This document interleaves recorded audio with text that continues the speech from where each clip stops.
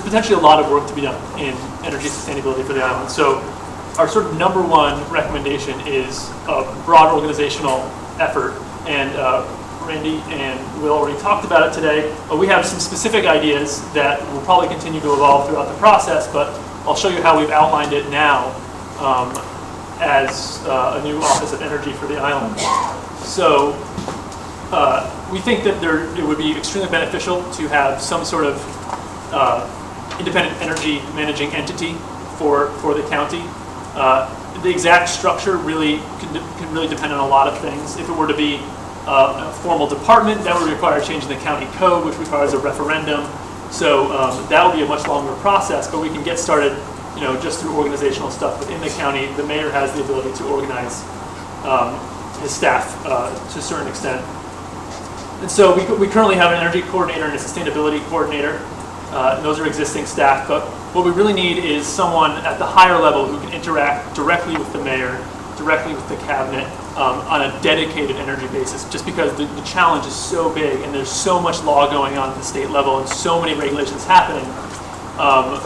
We have only limited resources right now to actually engage in all those processes and really make sure that the island's goals and interests are being represented, and also coordinate across the departments. That was a big topic today.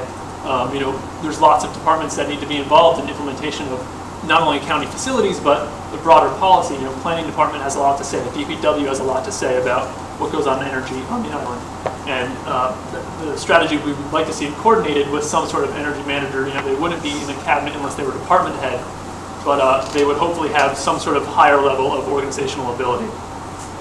And because transportation is such a huge energy challenge, we really think, Will's busy enough doing both. It'd be great if you could focus, if there was a position that could focus on one and then have one focus on the other, because you can really have huge savings in both areas for the county facilities and also reaching out to the private sector. So those two positions would really focus on projects and project implementation and management.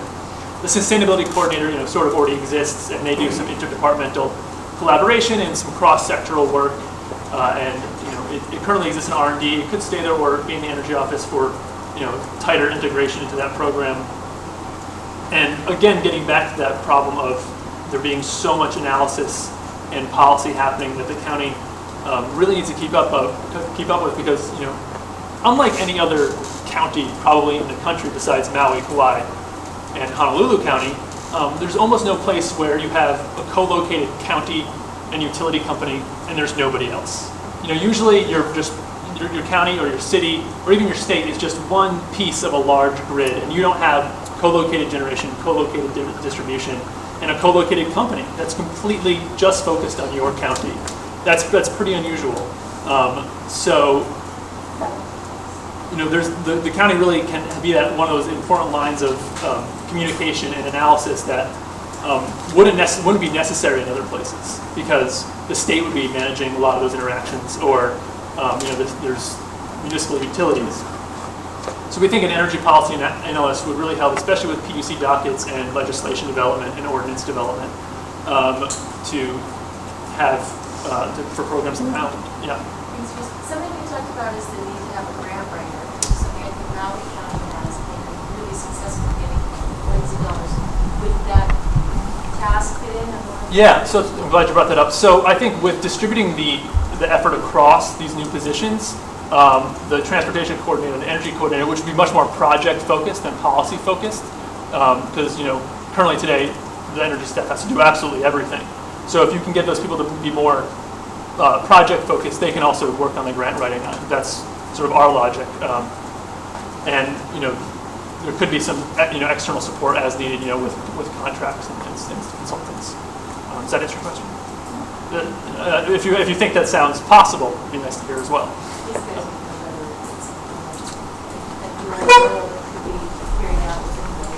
No, that's like a 400% increase in staff. So yeah, I think it would free up some time.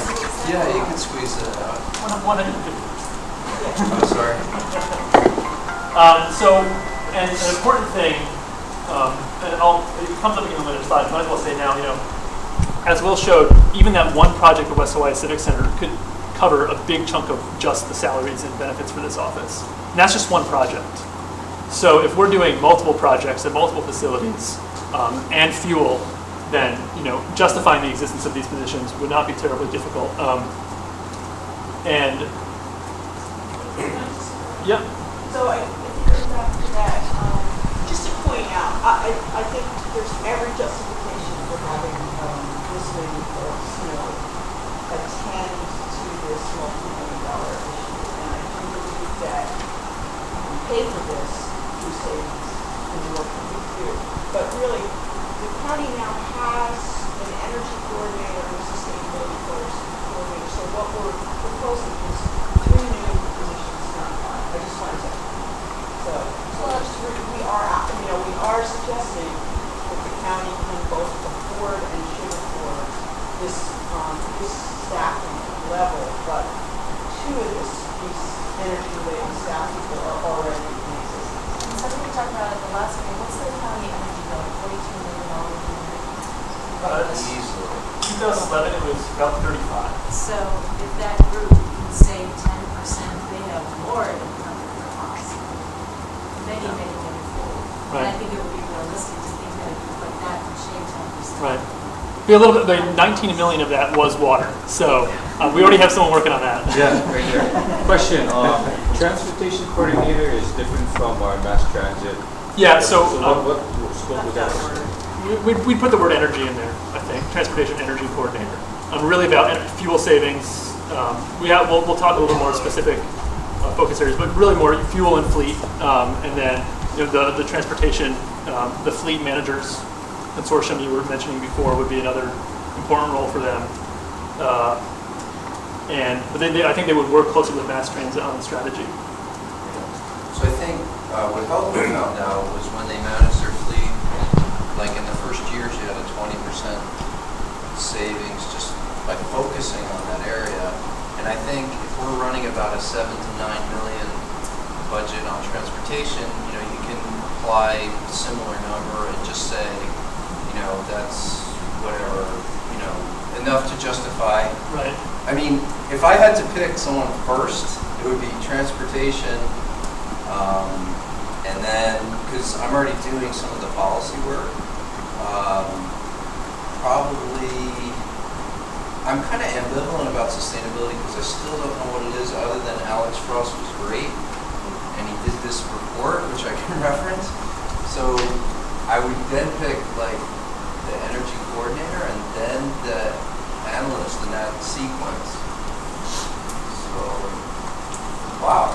Okay. And yeah, just to corroborate the 20%, there was very limited market research on those fuel management, the savings for fuel management systems. People are very reluctant to quote savings, but the market research we have found says around 20%. So You said transportation spends $7 million a year? yeah, 7 million in 2011, 9 million. If they say 1%, the position's covered. If Right. they say 2%, they've doubled Right. the position. And even if you say they only can get half of what Helco is getting with their fleet management system, that's almost $1 million every year. And as part of the plan, we have more detailed financial analysis of of particular projects that could be implemented that that we're also recommending, and and how those how much money they would cost to implement, and what kind of savings you would get, and kind of how that all balances out when you include the 3 positions that we're suggesting should be added, and also their benefits and all of that, which is also a substantial amount of money as well. But obviously there's a lot of money being spent on energy right now that could be saved. Have you guys given any thought to the aggressive statements of the County of Hawaii and the fact that we're already 37% renewable in electric generation, and like losing weight the first 5 pounds is easy. It's kind of, in a way, it's like you got to throw some weight at it. Not fat, but muscle. Yeah. The 36 or 37% renewable energy on the grid is a tremendous accomplishment. Yeah. There are very few grids that can boast that kind of renewable energy potential. And to do what the mayor wants is going to just be incrementally harder.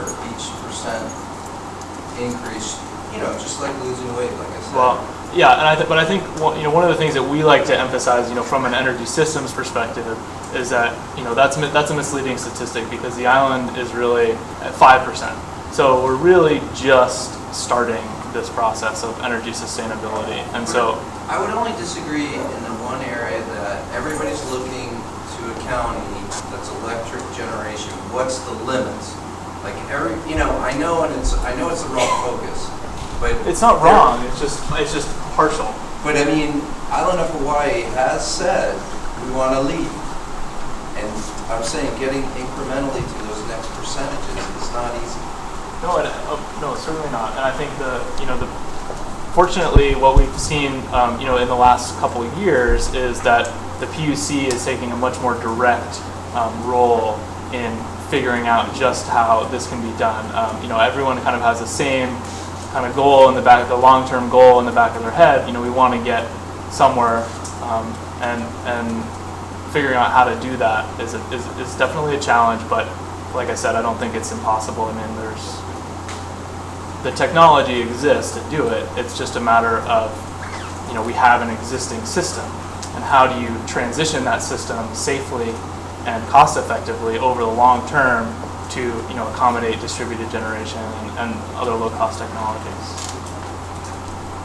Yeah, I'll just like to maybe just make a comment that if this is meant to be an office within the mayor's office, or a subset of the mayor's office, or even independent of it in some way, there are other costs associated with creating designated staff, whether it's secretarial, administrative costs, and I think that needs to be, incorporated somehow or shown on there that just by adding or just by creating this, there might be more that it really needs in order to stand alone. Yeah. We have thought about, we originally were wanting to include an administrative assistant as to be, dedicated to the energy office. So, even when you include the administrative assistant position, it doesn't affect the economics of the whole proposition at all. But that's a great point. And I think it would be good for us to actually speak with some folks at the county about just what exactly the extent of those requirements might be. Right now. I know right now the R&D kind of department is handling the administrative requirements of the energy program. So, high oil costs are the biggest incentivizer to move all this obviously. So, as long as the price of oil stays high, that's the real driver for all of this.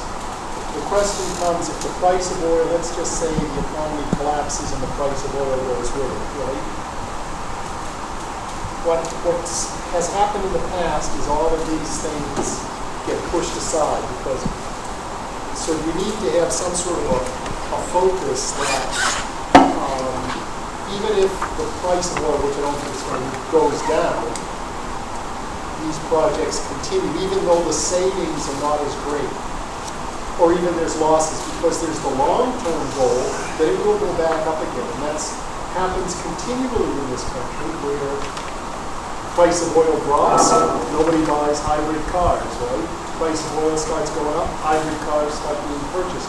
Rather than people making decisions, we know it's going to go up, let's buy it now. And so all of these projects and the savings are only, it would be interesting to see how they are tied to oil. You're absolutely right that the savings assume, a current level of expenditure. So if the expenditures go down, according to what your analysis is, and but a big part of what we're suggesting is institutionalizing this stuff, and there are benefits beyond the straight financial benefits, which are considerable to energy sustainability. And I think we're highlighting those as well. And the security, resiliency, disaster preparedness, communities and healthy communities and businesses and all that is all part of it as well. So, sorry, to get to your point, institutionalizing this is a big part of what we're suggesting needs to be done, so that it doesn't go away if it becomes less of a priority.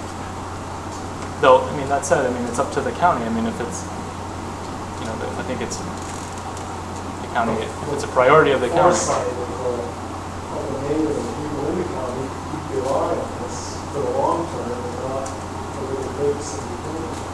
I think you're right that, there's definitely a risk, but none of this is, personally, I don't see the oil prices coming down enough to make this all go away. The price justification for all this go away.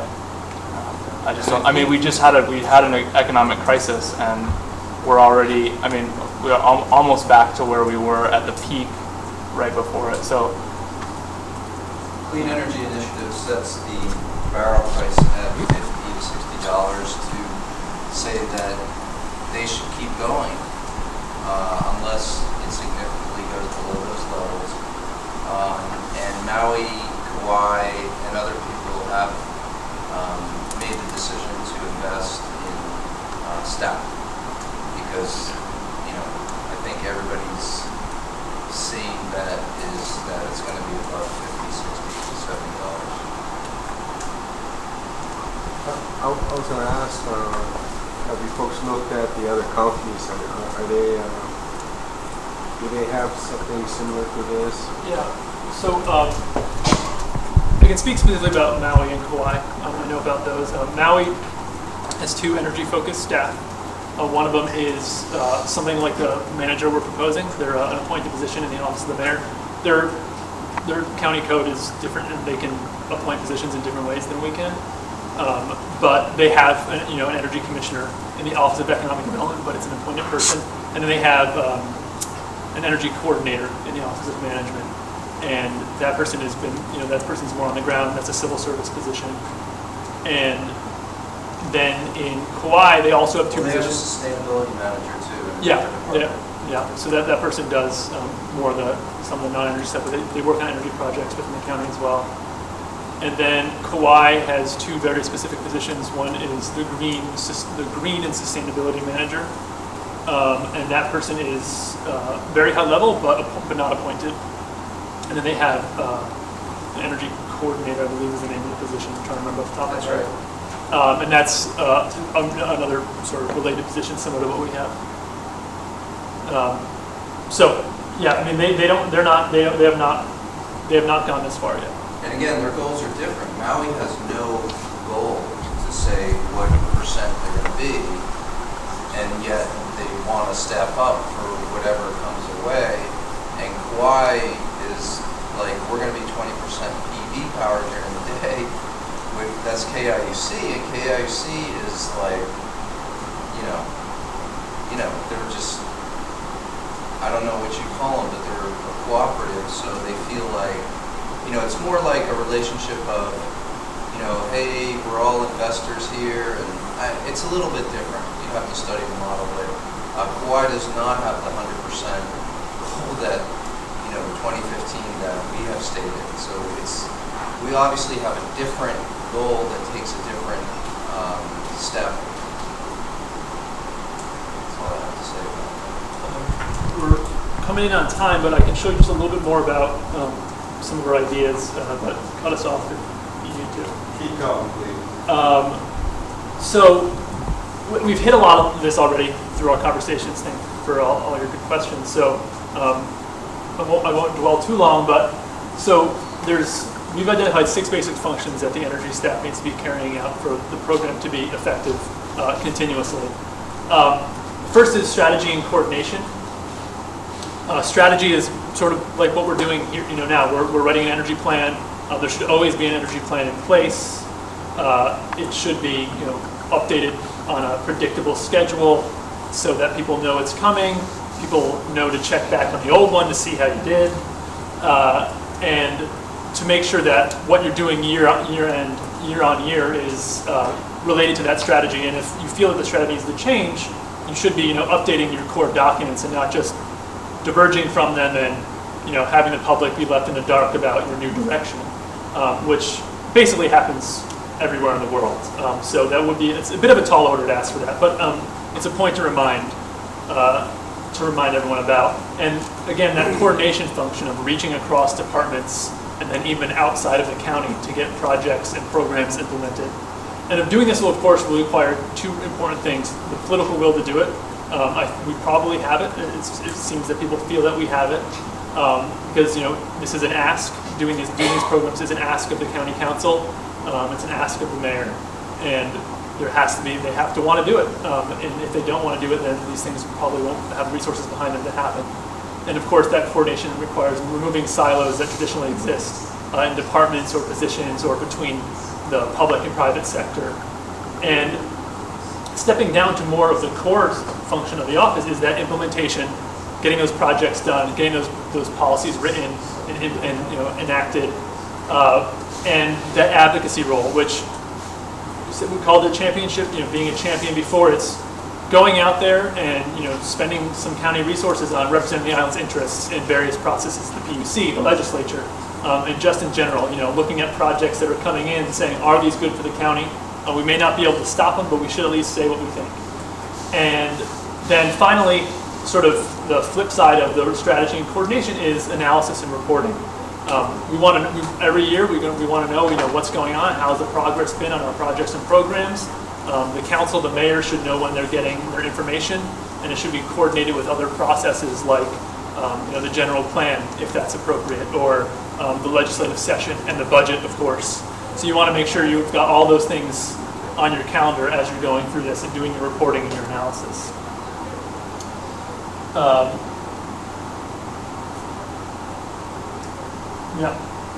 So the three sectors we've mentioned before that we've organized our thoughts around are transportation, energy efficiency, and renewable electricity. Transportation we've talked quite a bit about. We said that fleet management could be a really huge win for the county. You could save over $1 million a year potentially. We want to make sure those calculations are correct, of course, before we finalize the plan, but it could really justify a whole lot of other action in the county and really help fund other efforts, especially the efforts in the mass transit, which we think, and the council, the commission has recommended, is strategic planning for mass transit. It's been a long time since they've done strategic planning. And there's a lot of new technologies, a lot of things that can modernize the mass transit system. It's really hard to say what the energy impact of those efforts are. But as one of the core responsibilities of the county in providing for its citizens is mass transit. I think that you can make the argument without justifying the energy savings. And mass transit saves energy. We just can't necessarily say how much based on the investments you'd want to make in strategic development and good data collection. You want to have bus tracking and reliable schedules and good maps. All those things are important, but it takes money to implement them. We have 7 people on our mass transit department, and half of them are vehicle maintenance. So, and then the other thing that we need to look at in transportation, because EVs are not going to solve all our problems in the next 5 years for sure, and probably even not in the next 20, 25. As great as they are, we have to be looking at alternative fuels, including biofuels, and the county really needs to establish its own policy on what it wants to be doing there. We have some suggestions about prioritizing locally produced fuels from locally produced feedstocks that do not have a net positive life cycle impact on fossil fuel consumption. As you know, ethanol sometimes does. And so codifying such a policy and making sure that it's consistent about all your programs and all the other policies and laws you enact really is extremely important, especially when you're reviewing projects that come in. You want to make sure that all your decisions in alternative biofuels are consistent and represent the best interests of the island. Moving on to energy efficiency, county facilities is the obvious first step. We can do a lot there. Performance contracting is actually sort of not, state law sort of tells the county they have to do it. It doesn't say too much about why or how, but it says that they shall examine the opportunities for energy performance contracting. It's actually that specific. It doesn't say how they have to implement it or even if they have to implement it, but it says they have to at least look at it. Isn't a power purchase agreement the same thing as a performance contract? They're close. I mean, they're private. Their contracts are private, but not. They're talking about energy efficiency specifically and not energy generation. And performance contracting sometimes does include, PV. So those strategies could be merged, especially if there's the right provider. And that's one thing we looked at, jumping ahead, doing generation across county facilities, allowing a provider to respond to both of those, requests for proposals would be a nice strategy, especially if they could integrate some sort of energy management system for the county with all those systems. Having one provider for that could really keep costs down and provide the energy office with lots of good data and lots of tracking. But I don't know if our thesis in county is that we need to put PV on everything, especially if we're going to put up a wind farm that's equivalent to 20 West Hawaii Civic Centers. And, with the PV space, needing to go to the residences and us not paying taxes, I think we want to be efficient, but as far as generating on every facility, I think we're stepping a little bit back from that and saying, let's let the utility do what they do best, which is centralized generation and get more efficient and drive prices to the public. And then we're also saying we're going to pick and choose the right generation projects. But going and doing the master RFP for PV, we're backing away from because for those reasons. Right. So we can tweak the scope of that, but the civil defense angle is still really important. And as you point out with the battery, good point. If we get batteries on this too, it might make it more expensive. We might be able to do fewer projects, but the grid issue would be less, and we would not be taking away from the community. So but every time Julie does a project, so now I have to. Julie does a project, she has to pass on the savings. So, in 2/3 of our energy use, Department of Water Supply is a natural for generation. Right. And again, civil defense, and just reliability. You want your water on, even if the grid's down. And that's a public health issue. So, that's something we've examined and we'll have a discussion about that distinction in the final report that we create. Yeah. Or the final draft. So back to energy efficiency quickly. Revolving fund is a well-known mechanism for recapturing some of those energy savings. It may be more palatable to the county if not all the energy savings went into a revolving fund. If some got redirected to the general fund, especially considering our budget challenges in the last several years. Claiming all those savings for some energy fund, and maybe a little excessive, especially since we're probably going to, if we do all these projects, we may even have more money than we need for the energy office's operations. And you really do want to just be helping out the county as a whole. But recapturing some of that to reinvest in energy projects, whether through whether as the budget of the Department of the Office of Energy or just for energy projects in general, would be a really good idea. And also it helps justify the existence of the programs. It helps you just track things a little more easily.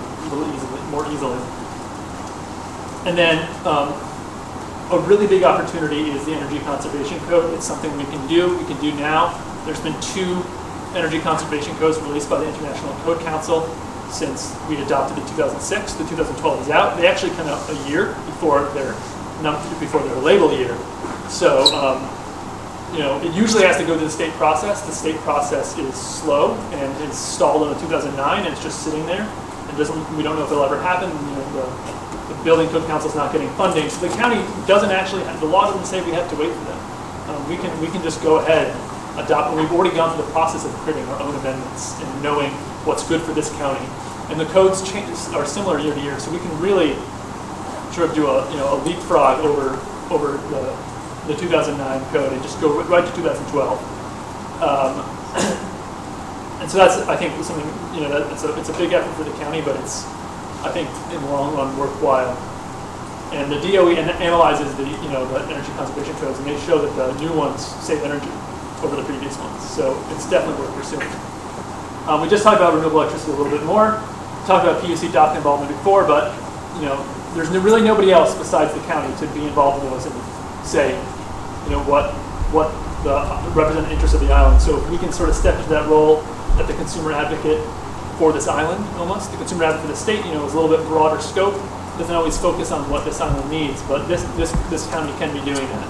And we can provide the resources through that policy analyst, through the energy manager, and through consultants if necessary. And finally, permitting and review is something the county can do especially for centralized new power plants. and the hot topic of today, of course, is geothermal. You know, the laws going through the legislature that are going to completely change the way geothermal is approved in the state. And what we need, the county just needs to make sure that its residents' interests are being represented in this new process. And it still has that plan review and the permit review that it does, but it, you know, for those kinds of projects, especially where the public is saying they want the attention, the county can be providing it. And so we've explored some of the specific processes that the county can implement to make sure that those review processes happen. Not necessarily about stopping or killing. It's not a value statement about what projects should happen. Just making sure that there's a chance for public review and that everyone is getting, you know, the best for the island. So what we can, you know, if you have more questions about those things, we can talk about them in a moment. But in terms of next steps, we're just about to present this first draft to the county, and they'll be providing us comment and feedback before it's finalized for the stakeholder release. The dates are shifted a little bit from what we discussed last time to provide for more comment and feedback. We hope to be releasing the draft to stakeholders on May 14th, which is a Monday. The next commission meeting should be the 17th, so if you want to skim it, and we can talk more about it then. And then we want to get as much comment as possible by the 25th, so we can do a June 1st release to the public for a full month of public comment. That's one thing we really wanted, was a full month.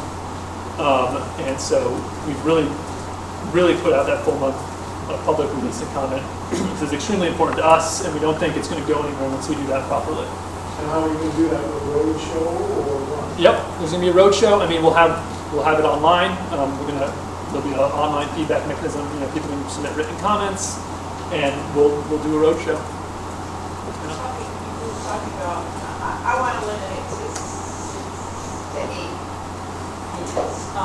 specific meetings, and then there'll be presentations. There'll be tons of presentations.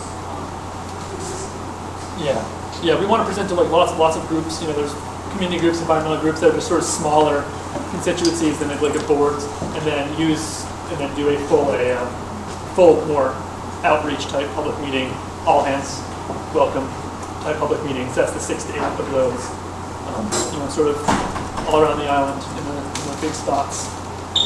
And after that, it's, you know, we're revising and finalizing for submission to the county for hopefully final adoption or acceptance or some sort of formalized process for creating this to be the energy sustainability plan for the county and not just a report from the Kohala Center. So that's where we are, and if you would like to talk more, we're available. And thank you for your time.